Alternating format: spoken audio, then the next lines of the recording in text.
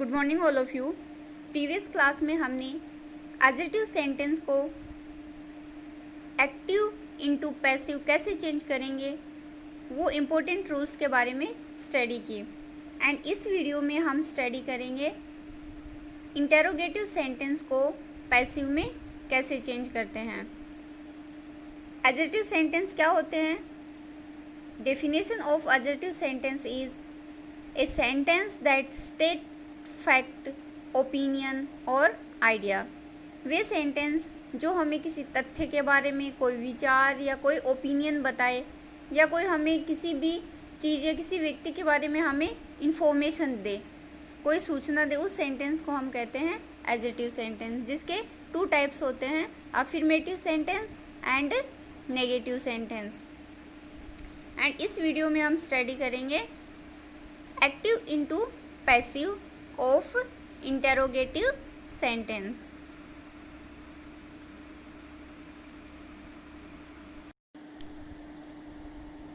What is definition of interrogative sentence? A sentence that asks a question। Way sentence जिनके द्वारा हम question पूछते हैं, उन सेंटेंस को हम बोलते हैं इंटेरोगेटिव सेंटेंस।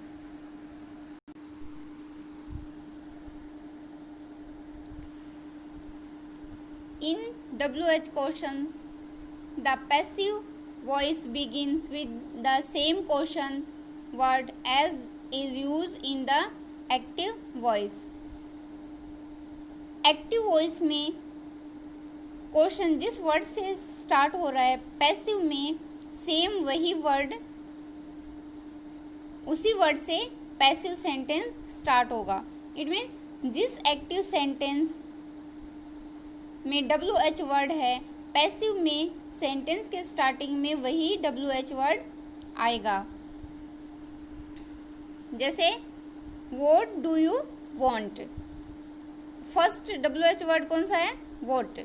देन इसका जब हम पैसिव में चेंज करेंगे तो व्हाट ही पैसिव में एज इट इज आएगा।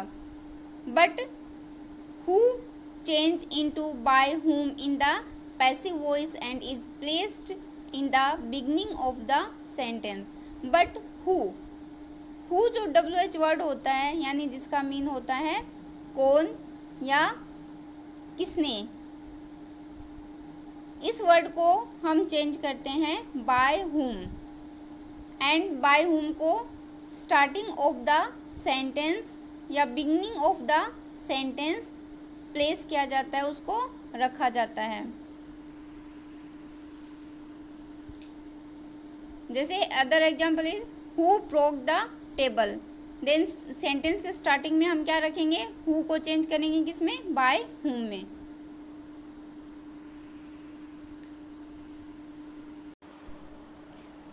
The interrogative sentence in the present simple and past simple tense omit their do, does, did when they are changed in the passive।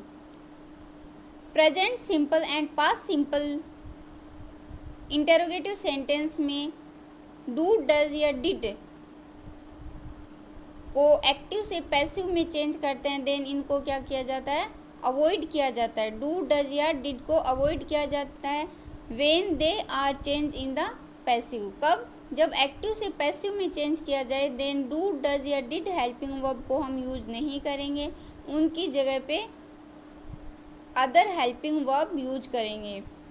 Other helping verb retain their position in the passive, क्योंकि other helping verb होगी वो उस do, does या did का के place पे is, are, M या was were helping verb को प्लेस किया जाएगा।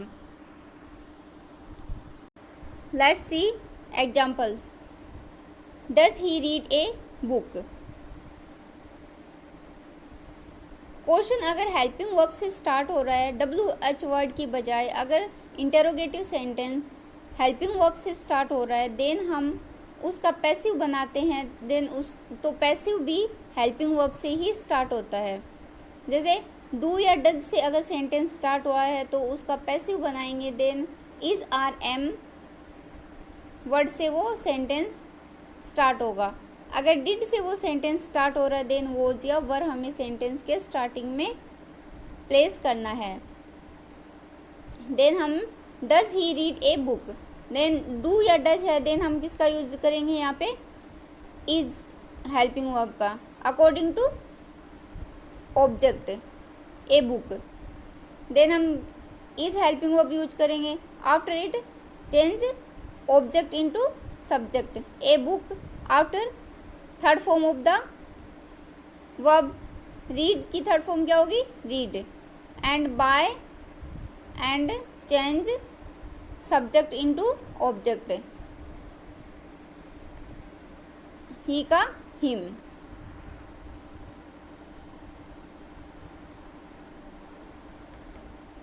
Next did he read a book, then use helping verb was या were, was.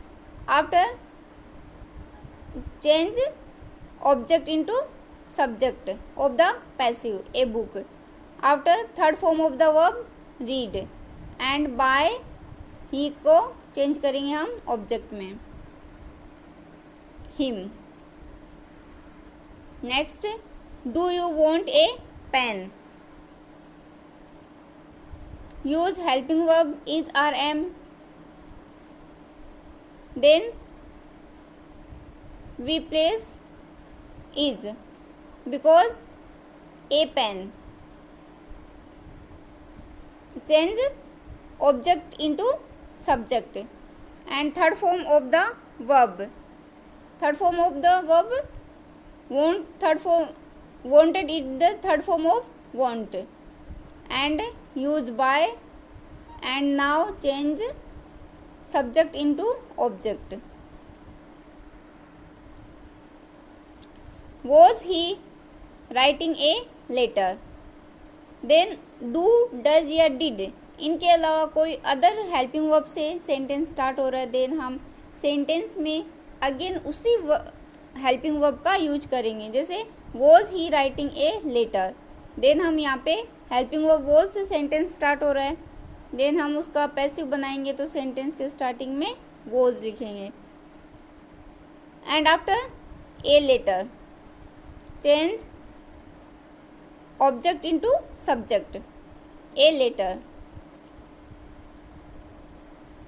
Tense is continuous past continuous then helping verb being and third form of the verb written is third form of write, write की third form क्या होती है, written। and after by and change subject into object। last sentence is will he write a letter, then helping verb as it is लिखेंगे will change sub object into subject a letter and